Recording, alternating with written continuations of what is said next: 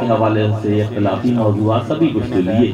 حضرت مولانا کی مثنوی شریف کا معاملہ یہ ہے کہ مثنوی مولوی مانوی ہست قرآن در زبان پہلوی کہ فارسی زبان میں قرآن کی تشریحات کا نام مثنوی شریف ہے۔ قرآن اور صاحب قرآن کے گرد گھومتی ہے، کم بیش 27,000 اشعار۔ اس کے بارے میں مارون کے بارے میں علامہ اقبال فرماتے ہیں، میں مختصر بیان تعارف کروں گا۔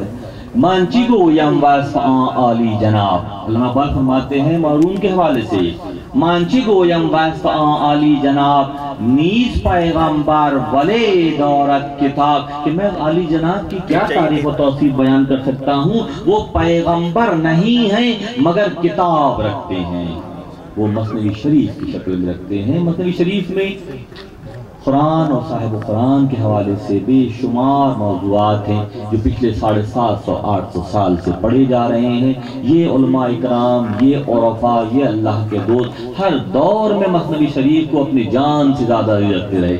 آج کی نشست میں ایک ایسی حکایت کا میں نے انتخاب کیا ہے جو عجیب و غریب پیغام ہمیں ملے گا انشاءاللہ۔ امیہ بن خلف قریش کا ایک سردار حضرت بلال حبشی رضی اللہ تعالیٰ عنہ کا آقا، آپ اس کی غلامی میں تھے، ظاہری غلامی میں تھے۔ اس کا معاملہ یہ تھا کہ آپ کو 4 میخ کی سزا دیتا تھا کہ ہاتھ پیروں میں کیلیں گاڑ کر عرب کی تپتی ہوئی ریت پر لٹا دیتا تھا، سورج کے رخ پر جہاں سے سورج طلوع ہوتا ہے، اور اس تپش میں لٹا کر اس لیے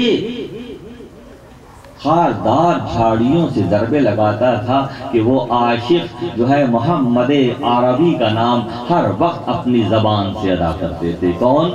بلال حبشی رضی اللہ عنہ۔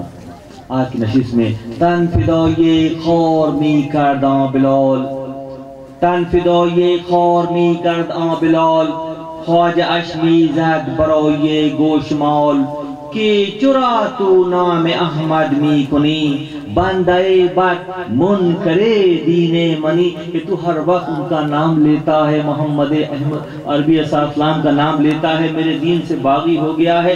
اس طرح کی کیفیت بلال حبشی کے ساتھ روز ہوتی، عاشق کے ساتھ یہی ہوتا ہے، اور آپ کے ساتھ یہ معاملات روز کی بات بن گئی۔ ایک دن ایسا ہوا جب وہ ضربے لگا رہا تھا آپ اور احد احد کے نعرے بلال حبشی لگا رہے تھے، تو حضرت ابا بکر صدیق رضی اللہ تعالیٰ عنہ کا وہاں سے گزر ہوا، کسی کام سے بہت تیزی سے جا رہے تھے۔ تاکہ صدیق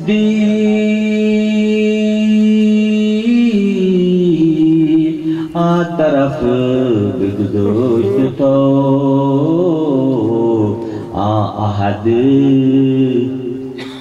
گفتن بگوش او برو، کہ احد احد کہنے کی آواز اور یہ مار پیٹ کی کیفیت آپ کے کانوں میں آئی تو آپ کے دل پر غم کے بادل چھا گئے اور آنکھیں نم ہو گئیں کہ یہ کسی شناسا کی آواز ہے، یہ کسی محبت کرنے والے کی آواز ہے۔ چشم او پر آب شد دل پر انا، زا احد می یافت گویے آشنا، کہ یہ احد احد کہنے کی جو آواز ہے کسی آشنا کی ہے۔ خلوت میں گئے، جب وہ ہٹ گیا مالک کو کہے جا کے سمجھایا کہ دیکھو اللہ تعالیٰ بڑا علی کل شیء قدیر ہے، دلوں کے حال کو جانتا ہے، تم اپنی اس کیفیت کو چھپاؤ، اتنی سختی اٹھا رہے ہو، کوشش کرو کہ اس کا ذکر نہ کرو۔ وعدہ کر لیا کہ ہاں ٹھیک ہے میں آپ کی بات مانتا ہوں، صاحب آپ نے مجھے نصیحت کی ہے۔ باز پندش داد بازو توبہ کر، عشق آمد توبہ او را بخورد، کہ انہوں نے اس نصیحت کو مان لیا اور توبہ کر لی، مگر جب عشق آیا تو توبہ بھول گئے۔ عشق کس کا؟ محمد عربی علیہ السلام کا عشق۔ عشق کیا ہے؟ عشق کیا ہے؟ اگر ہم عشق کی گفتگو کرتے رہیں میں سمجھتا ہوں صبح ہو جائے گی۔ عشق از اول چرا خونی بود، عشق پہلے مرحلے میں بہت خونی ہے۔ عشق از اول چرا خونی بود تا گریزد ہر کے بیرونی بود، تاکہ وہ گریز کریں اس وادی میں نہ آئے کہ عشق پہلے مرحلے میں امتحان لیتا ہے۔ تا گریزد ہر کے بیرونی بود، جب عشق کی کیفیت آتی تو وہ توبہ بھول جاتے، دوسرے دن پھر وہاں سے گزر ہوئے، پھر وہی کیفیت۔ پھر توبہ کر لی، توبہ کا سلسلہ چلتا رہا۔ ایک وقت آیا کہ بلال حبشی نے یہ کہا کہ یہ توبہ جو ہے گرز زخم خارتن غربال شد، جان و جسمم گلشن اقبال شد، تن با پیش زخم خار آجهو، جان من مست و خرابان و ودود۔ میری جسم پر زخم لگ رہے ہیں مگر میرا دل جو ہے ان کے ساتھ ہے، اس کو کچھ بھی نہیں ہو رہا۔ ظاہری طور پر مجھے تکلیف ہو رہی ہے مگر باطنی طور پر میری کیفیت یہ ہے کہ میں ان کے عشق سے سرشار ہوں۔ عشق کیا ہے؟ عشق جو ہے عشقہ سے مشتق ہے۔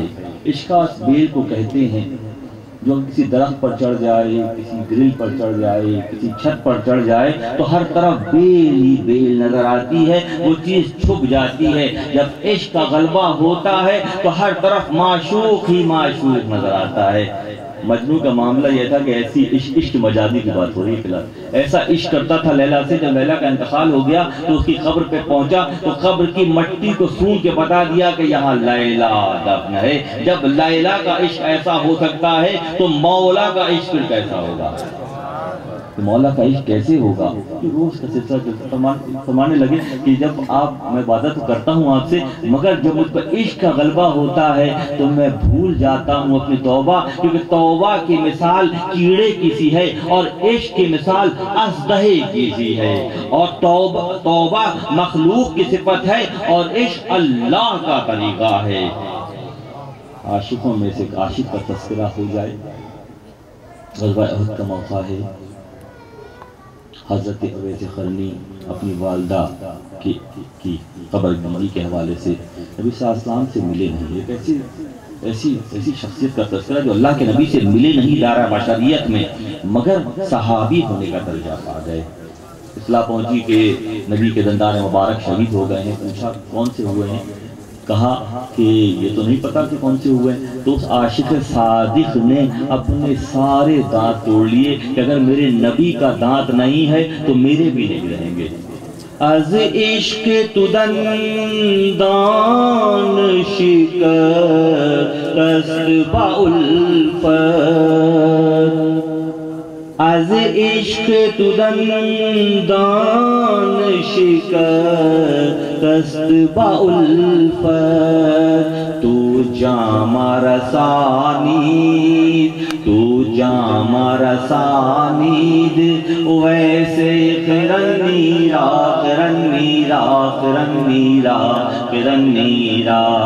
تو جام رسانید ویسے قرنیرا۔